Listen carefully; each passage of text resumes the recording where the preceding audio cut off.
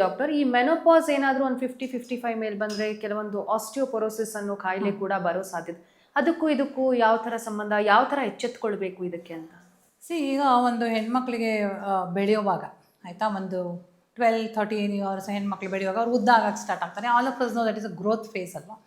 ಆ ಮೂಳೆಗಳು ಫಾರ್ಮ್ ಆಗುವಾಗ ಈ ಈಸ್ಟ್ರೋಜನ್ ಅನ್ನೋ ಒಂದು ಹಾರ್ಮೋನು ಭಾಳ ಇಂಪಾರ್ಟೆಂಟ್. ಅರ್ಥ ಆಯ್ತಾ? ಈ ಈಸ್ಟ್ರೋಜನ್ ಹಾರ್ಮೋನು ಹೆಣ್ಮಕ್ಳ ಮೂಳೆನ ಗಟ್ಟಿ ಮಾಡುತ್ತೆ ಮತ್ತು ಶಕ್ತಿ ಮಾಡುತ್ತೆ. ಸೊ ಈಗ ತಿಂಗಳ ಪೀರಿಯಡ್ಸ್ ಆಗ್ತಾ ಇರೋ ತನಕ ಮೂಳೆಗಳು ಗಟ್ಟಿಯಾಗಿ ಚೆನ್ನಾಗಿರುತ್ತೆ. 35 ಇಯರ್ಸ್ ಆದಮೇಲೆ ಆ ಮೂಳೆಗಳು ಸ್ವಲ್ಪ ತೆಳ್ಳಗಾಗಕ್ಕೆ ಸ್ಟಾರ್ಟ್ ಆಗುತ್ತೆ.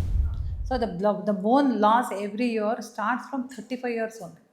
ಯಾಕಂದರೆ ಹೆಣ್ಮಕ್ಳಿಗೆ ಏನಾಗುತ್ತೆ, ಅಪಾರ್ಟ್ ಫ್ರಮ್ ಪೀರಿಯಡ್ಸ್ ಆಗೋದಲ್ಲದೆ ಪ್ರೆಗ್ನೆನ್ಸಿ, ಚೈಲ್ಡ್ ಬರ್ತು, ಅವರಿಗೆ ತುಂಬ ಕ್ಯಾಲ್ಶಿಯಂ ದೇಹದಿಂದ ಹೋಗುತ್ತೆ. ಮಗು ಕ್ಯಾಲ್ಶಿಯಂ ತೊಗೊಳುತ್ತೆ, ಮತ್ತು ಮಗು ಫೀಡ್ ಮಾಡಬೇಕಾದ್ರೆ ಕ್ಯಾಲ್ಶಿಯಂ ಹೊಟ್ಟೋಗ್ಬಿಡುತ್ತೆ. ಸೊ ಹಾಗಾಗಿ ಪ್ಲಸ್ ಅವ್ರ ನ್ಯೂಟ್ರಿಷನ್ ಕಡಿಮೆ ಇರುತ್ತೆ. ಸೊ ಹೆಂಗಸರಲ್ಲಿ ನಾವು ಬರೀ ಅರ್ಬನ್ ಹೆಂಗಸರು ಮತ್ತು ಮಿಡಲ್ ಕ್ಲಾಸ್, ಅಪ್ಪರ್ ಮಿಡಲ್ ಕ್ಲಾಸ್ನೇ ನಾವು ನೋಡೋದು ಬೇಡ. ಹಳ್ಳಿಗಳಲ್ಲಿ ಹೋಗೋಣ, ಹೆಣ್ಮಕ್ಳಿಗೆ ಊಟ ಕಡಿಮೆ, ಅವರೆಲ್ಲರಿಗೂ ಊಟ ಕೊಟ್ಟು ಕಡಿಮೆ ತಿಂತಾರೆ. ತರಕಾರಿಗಳನ್ನ ಮಕ್ಳಿಗೆ ಹಾಕ್ತಾರೆ, ಹಾಲನ್ನು ಮಕ್ಳಿಗೆ ಕೊಡ್ತಾರೆ. ಸೊ ತುಂಬ ಸ್ಯಾಕ್ರಿಫೈಸ್ ಮಾಡ್ತಾರೆ. ಅರ್ಥ ಆಯ್ತಾ? ಹಾಗಾಗಿ ಹೆಣ್ಮಕ್ಳಿಗೆ ಒಳ್ಳೆ ನ್ಯೂಟ್ರಿಷನ್ ಸಿಗೋದೇ ಇಲ್ಲ. ಅಯ್ಯೋ ಪರವಾಗಿಲ್ಲ ಬಿಡೋ, ನನಗೇನಾಗಿದೆ, ನಾನು ನೆನೆದೇ ತಿನ್ನೋಣ ಅಂತ ಹೇಳಿ ತುಂಬ ಜನ they compromise on the food. ಆಯಿತಾ? ಎಷ್ಟು ಜನ ಹೆಣ್ಮಕ್ಳು ದಿನಾನು ಒಂದೊಂದು ಗ್ಲಾಸ್ ಹಾಲು ಕುಡಿತಾರೆ ಮಕ್ಳ ಜೊತೆಗೆ, ಮಕ್ಕಳಿಗೆ ಕೊಡ್ತಾರೆ. ಅರ್ಥ ಆಯ್ತಾ? ಸೊ ಹಾಗಾಗಿ the women do not take care of their nutrition also. ಈ ಕಾಂಟೆಕ್ಸಲ್ಲಿ 35 ಇಯರ್ಸ್ಗೆ ಬೋನ್ ಲಾಸ್ ಸ್ವಲ್ಪ ಸ್ಟಾರ್ಟ್ ಆಗುತ್ತೆ. ಆ ಬೋನ್ ಲಾಸ್ನ ನಾವು ಯಾವ ರೀತಿ ಪ್ರಿವೆಂಟ್ ಮಾಡಬೇಕು ಅಂದರೆ ಎಕ್ಸಸೈಸ್ ಮಾಡಬೇಕು, ವಾಕಿಂಗ್ ಮಾಡೋದು, ಎಕ್ಸಸೈಸ್ ಮಾಡೋದು. 45ಕ್ಕೆ ಮೆನೋಪಾಸ್ ಆದಮೇಲೆ ವಾಕಿಂಗ್ ಎಕ್ಸಸೈಸ್ ಸ್ಟಾರ್ಟ್ ಮಾಡಬಾರ್ದು.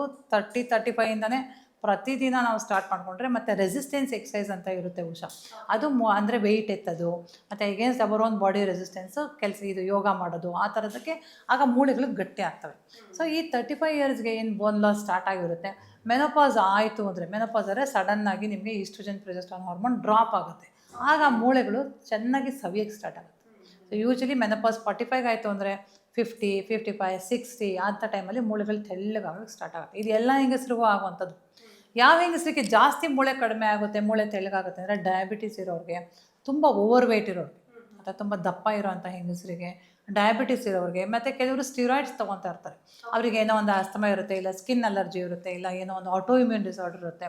ದಿನ ಸ್ಟಿರಾಯ್ಡ್ ತೊಗೊಳ್ಳೋರಿಗೆ ಬೇಗ ಮೂಳೆ ಸಣ್ಣ ಆಗಿಬಿಡುತ್ತೆ. ಸ್ಮೋಕ್ ಮಾಡೋರಿಗೆ, ಇವರಿಗೆಲ್ಲ ಏನಾಗುತ್ತೆ, ಮೂಳೆ ತುಂಬ ತೆಳ್ಳಗಾಗುತ್ತೆ. ಸೊ ಹಾಗಾಗಿ ನಮ್ಮ ಹೆಂಗಸರಲ್ಲಿ ಒಂದು ಮನೆಯಲ್ಲಿ ಅಜ್ಜಿಗಳೇನಿರ್ತಾರೆ, ಬಿದ್ದುಬಿಟ್ಟು ಕಾಲು ಮುರ್ಕೊಳ್ಳೋ ಚಾನ್ಸಸ್ ಜಾಸ್ತಿ. ಸ್ವಲ್ಪ ಸ್ಲಿಪ್ ಆದರೂ ಕೈ ಮುರಿದೋಗ್ಬಿಡುತ್ತೆ. ಹಾಗಾಗಿ the fracture risk will increase for women after menopause. So menopause ಅಂದಮೇಲೆ ಒಂದು ದಪ್ಪ ಆಗ್ತಾರೆ, ಬ್ಯಾಲೆನ್ಸ್ ಕಡಿಮೆ ಆಗುತ್ತೆ, ಓಡಾಟ ಕಡಿಮೆ ಆಗುತ್ತೆ, ಮತ್ತು ಮೂಳೆ ಸವಿಯುತ್ತೆ. ಸ್ವಲ್ಪ ಬಿದ್ದರೂ ಕೈ ಕಾಲು ಮುರಿದು ಬಿಡೋ ಚಾನ್ಸಸ್ ಇರುತ್ತೆ. ಸೊ ಹಾಗಾಗಿ ಮೂಳೆಗಳ ಆರೋಗ್ಯ ಕಾಪಾಡ್ಕೋಬೇಕು ಅಂತಂದರೆ ಮೊದಲು 35ಇಂದನೇ ಎಕ್ಸಸೈಸ್ ಮಾಡಬೇಕು, ರೆಸಿಸ್ಟೆನ್ಸ್ ಎಕ್ಸಸೈಸ್ ಮಾಡಬೇಕು, ಮತ್ತು ಜಾಸ್ತಿ ಒಳ್ಳೆ ಪೌಷ್ಟಿಕಾಂಶ ತೊಗೋಬೇಕು, ಕ್ಯಾಲ್ಶಿಯಂ ಟ್ಯಾಬ್ಲೆಟ್ಸ್ ತೊಗೋಬೇಕು. 40 ಮೇಲೆ ಎಲ್ಲ ಹೆಂಗಸರು ಕ್ಯಾಲ್ಶಿಯಂ ತೊಗೋಬೇಕು ಪ್ರತಿದಿನ. ಇದು ಮುಖ್ಯವಾಗಿ ಬೇಕಾಗಿರುವಂಥದ್ದು ಮ್ಯಾಮ್. ಯಾಕಂದ್ರೆ ಆಫ್ಟರ್ ಡೆಲಿವರಿ ನೀವು ಹೇಳ್ದಂಗೆ ಬೋನ್ ಡೆನ್ಸಿಟಿ ತುಂಬಾ ಕಡಿಮೆ ಆಗುತ್ತೆ ಅಂತ ಹೇಳಿ, ಆಮೇಲೆ ಆ ಸಂದರ್ಭದಲ್ಲಿ ಈ ಮೆಡಿಕಲ್ ಸ್ಟೋರ್ ಅಲ್ಲಿ ಸಿಗುವಂತ ಕ್ಯಾಲ್ಶಿಯಂ ಟ್ಯಾಬ್ಲೆಟ್ಸ್ ಈ ತರದೆಲ್ಲ, ಇದು ನಾವು ವೈದ್ಯರ ಹತ್ರ ಸಜೆಷನ್ ತೆಗೆದುಕೊಂಡು ತಗೋಬೇಕಾ, ಅಥವಾ ಒಂದು 30 ವರ್ಷ ಆದ್ಮೇಲೆ ಹಾಸ್ಪಿಟ್ಲಿಂದ ಅಥವಾ ನಾವು ಮೆಡಿಕಲ್ ಸ್ಟೋರ್ಗೆ ಹೋಗ್ಬಿಟ್ಟು ಕ್ಯಾಲ್ಶಿಯಂ ಟ್ಯಾಬ್ಲೆಟ್ ತಗೋಬೋದಾ? ಹೇಗೆ? ಎಷ್ಟೋ ಹೆಣ್ಮಕ್ಳ ಪ್ರಶ್ನೆಗಳಿದು. ಖಂಡಿತ. ಒಂದು ಎಲ್ಲ ಕ್ಯಾಲ್ಶಿಯಂ ಟ್ಯಾಬ್ಲೆಟ್ಸು ಒಳ್ಳೆಯದೇ ಇರುತ್ತೆ. ಸೊ ಕ್ಯಾಲ್ಶಿಯಮ್ನಲ್ಲಿ ನಾವೊಂದು ಡಯಟ್ನಲ್ಲಿ ಕ್ಯಾಲ್ಶಿಯಮ್ ಅಂದರೆ ಹಾಲು, ಮೊಸರು, dairy products, and then ragi contains good calcium, ಮತ್ತು ವೆಜಿಟೇಬಲ್ಸ್, ಇದನ್ನ ನಾವು ಜಾಸ್ತಿ ಮಾಡ್ಕೋಬೇಕು. ಒಂದು ಪ್ಲಸ್ ಕ್ಯಾಲ್ಶಿಯಂ ಸಪ್ಲಿಮೆಂಟ್ ಏನು ತೊಗೊತಾರೆ, ಅದರ ಡಿಫ್ರೆಂಟ್ ಮಾಲಿಕ್ಯೂಲ್ಸ್, ಕ್ಯಾಲ್ಶಿಯಂ ಕಾರ್ಬೋನೇಟ್ ಇರುತ್ತೆ, ಕ್ಯಾಲ್ಶಿಯಂ ಸಿಟ್ರೇಟ್, ಮ್ಯಾಲಿಯೇಟ್ ಇರುತ್ತೆ, ಕೆಲವೊಂದು ಕೋರಲ್ ಕ್ಯಾಲ್ಶಿಯಂ ಇರುತ್ತೆ. ಡಸಂಟ್ ಮ್ಯಾಟರ್, ಯಾವುದೇ ಕ್ಯಾಲ್ಶಿಯಂ ಆದರೂ ಪರವಾಗಿಲ್ಲ, ಆದರೆ ಅದ್ರ ಜೊತೆಗೆ ವೈಟಮಿನ್ ಡಿ ಇರಬೇಕು. ಬಿಕಾಸ್ ನಾವು ಬಿಸಿಲಲ್ಲಿ ಓಡಾಡ್ತಾ ಇಲ್ಲ. ನಾವೆಲ್ಲರೂ ಬಿಸಿಲಲ್ಲಿ ಓಡಾಡೋರು ಏನು ಮಾಡ್ತೀವಿ, ಸಣ್ಣ ಸ್ಕ್ರೀನ್ ಹಾಕ್ಕೊಂಡು ಓಡಾಡ್ತೀವಿ. ಸೊ ಪ್ರತಿಯೊಬ್ಬರೂ ಗಂಡಸರಾಗಲಿ ಹೆಂಗಸರಾಗಲಿ 11 ಗಂಟೆಯಿಂದ 3 ಗಂಟೆ ಒಳಗಡೆ 15 ನಿಮಿಷ, ನಾವೀಗೇನು ಬಟ್ಟೆ ಹಾಕ್ಕೊಂಡಿದ್ವಿ, ಈ ಕತ್ತು, ಮುಖ, ಕೈ ಎಕ್ಸ್ಪೋಸ್ ಆದರೂ ಸಾಕು. 11 to 3 o'clock ಬಿಸಿಲಲ್ಲಿ 15 ನಿಮಿಷ ನಾವು ಎಕ್ಸ್ಪೋಸ್ ಆಗಬೇಕು. ಬಟ್ ಅನ್ಫಾರ್ಚುನೇಟ್ಲಿ ನಾವು ಆ ಟೈಮ್ನಲ್ಲಿ ಆಫೀಸಲ್ಲಿ ಕೂತಿರ್ತೀವಿ, ಇಲ್ಲ ಸನ್ಸ್ಕ್ರೀನ್ ಹಾಕ್ಕೊಂಡ್ಬಿಡ್ತೀವಿ, ಕಪ್ಪಾಗ್ತೀವಿ ಅಂತ. ಸೊ ಹಾಗಾಗಿ vitamin D deficiency is very common. ಈ ವಿಟಮಿನ್ ಡಿ ಡಿಫಿಷಿಯನ್ಸಿ ಇತ್ತು ಅಂದರೆ BP, ಶುಗರ್ ಬರೋ ರಿಸ್ಕು, ಇವೆಲ್ಲ ಕಾಂಪ್ಲಿಕೇಶನ್ಸ್ ಇರುತ್ತೆ. So all women have to take calcium after 40 years. Calcium with vitamin D supplement ಇರುತ್ತೆ, ಅದನ್ನ ತೊಗೋಬೇಕು. ತುಂಬ ಕಾಮನ್ ಕ್ವೆಶ್ಚನು, ಮೇಡಮ್ ಕ್ಯಾಲ್ಶಿಯಮ್ ತೊಗೊಂತು ಅಂತಂದರೆ ಕಿಡ್ನಿ ಸ್ಟೋನ್ ಆಗುತ್ತಾ ಅಂತ ಕೇಳ್ತಾರೆ. ಕಿಡ್ನಿ ಸ್ಟೋನ್ ಆಗಲ್ಲ. ತುಂಬ ಜಾಸ್ತಿ ಡೋಸ್ ತೊಗೊಂಡ್ರೆ ಆಗ್ಬೋದು. ಬಟ್ ರೆಗ್ಯುಲರ್ ಕ್ಯಾಲ್ಶಿಯಮ್ ಎಷ್ಟು ನಮಗೆ ಎಲಿಮೆಂಟಲ್ ಕ್ಯಾಲ್ಶಿಯಮ್ 500 mg ಬೇಕು, ವಿತ್ ವಿಟಮಿನ್ ಡಿ 400 ಯೂನಿಟ್ಸ್. ಇದನ್ನು ದಿನ ಎಲ್ಲ ಹೆಂಗಸರು 40 ಮೇಲೆ ತೊಗೋಬೇಕು. ಓಕೆ, ತುಂಬಾ ಒಳ್ಳೆ ಮಾಹಿತಿ ನೀಡಿದ್ರಿ ಮ್ಯಾಮ್ ಇದಕ್ಕೆ ಸಂಬಂಧಪಟ್ಟಂಗೆ. ಇನ್ನು ಈ ಮೆನೋಪಾಸ್ ಹತ್ರ ಆಗುವಂತ ಸಂದರ್ಭದಲ್ಲಿ ಕೆಲವು ಮಹಿಳೆಯರನ್ನ ನಾವು ಗಮನಿಸಿರುವಂತದ್ದೇನು ಅಂತಂದ್ರೆ ಓವರ್ ಬ್ಲೀಡಿಂಗ್ ಆಗ್ತಾ ಇರುತ್ತೆ, ತಿಂಗಳಾನ್ ಗಂಟೆ ಬ್ಲೀಡಿಂಗ್ ಆಗುತ್ತೆ. ಸೊ ಇದು ಮೆನೋಪಾಸ್ಗೆ ಹತ್ರವಾಗಿದಂತ ಸಂದರ್ಭದಲ್ಲಿ ಕೊನೆ ಘಳಿಗೆನಲ್ಲೂ ಕೂಡ ಅವರು ಯೂಟ್ರಸ್ ಅನ್ನ ತೆಗೆಸಿರುವಂತದ್ದು ಕೂಡ ನಾವು ಗಮನಿಸಿದ್ವಿ. ಇದು ಯಾಕೆ ಅಂತ ಡಾಕ್ಟರ್? ಹಾಗಾದ್ರೆ 20% ಆಫ್ ವಿಮೆನ್ ಆಯಿತಾ ನಿಯರಿಂಗ್ ಮೆನೋಪಾಸ್ ಅವ್ರು ಆಫ್ಟರ್ 40 ಇಯರ್ಸ್ನಲ್ಲಿ ನಮ್ಮ ಹತ್ರ ತುಂಬ ಕಾಮನ್ ಆಗಿ ಬರ್ತಾರೆ. ಆಲ್ಮೋಸ್ಟ್ 20%. ನಾನು ದಿನಕ್ಕೆ 50 ಪೇಷಂಟ್ ನೋಡಿದ್ರೆ ಒಂದು 10 ಜನ ಬ್ಲೀಡಿಂಗ್ ಪ್ರಾಬ್ಲಮಲ್ಲೇ ಬರ್ತಾರೆ. ಅವರಿಗೆ ಹೆವಿ ಬ್ಲೀಡಿಂಗ್ ಆಗುತ್ತೆ. Heavy bleeding near menopause is not normal. ತುಂಬ ಜನ ಅನ್ಕೋತಾರೆ ನಾನು ಮೆನೋಪಾಸ್ ಆಗ್ತಾ ಇದೆ, ಎಲ್ಲ ಕ್ಲೀನಾಗಿ ಹೋಗ್ತಾ ಇದೆ, ಹೋಗ್ಬಿಡ್ಲಿ. ಹೆವಿ ಬ್ಲೀಡಿಂಗ್ ಅಂತ ಹೆಂಗಂತೀರಾ, ಮೋರ್ ದೆನ್ 5 days ನಾರ್ಮಲ್ ಅಂದರೆ 8 ದಿನ 10 ದಿನ ಬ್ಲೀಡಿಂಗ್ ಆಗೋದು ನಾರ್ಮಲ್ ಅಲ್ಲ. ಮತ್ತು if you are passing clots, piece ಥರ ಹೋಗ್ತಾ ಇದೆ ಅಂದರೆ ನಾರ್ಮಲ್ ಅಲ್ಲ. And if you are feeling tired, ಈಗ ಸಪೋಸ್ ನೀವು ರೆಗ್ಯುಲರ್ ವರ್ಕ್ ಮಾಡ್ತೀರಿ, ಪೀರಿಯಡ್ ಆಗಿ ಪರವಾಗಿಲ್ಲ ವರ್ಕ್ ಮಾಡ್ತಿದ್ದೀನಿ ಅಂತ ವರ್ಕ್ ಮಾಡಿದ್ರೆ ಓಕೆ.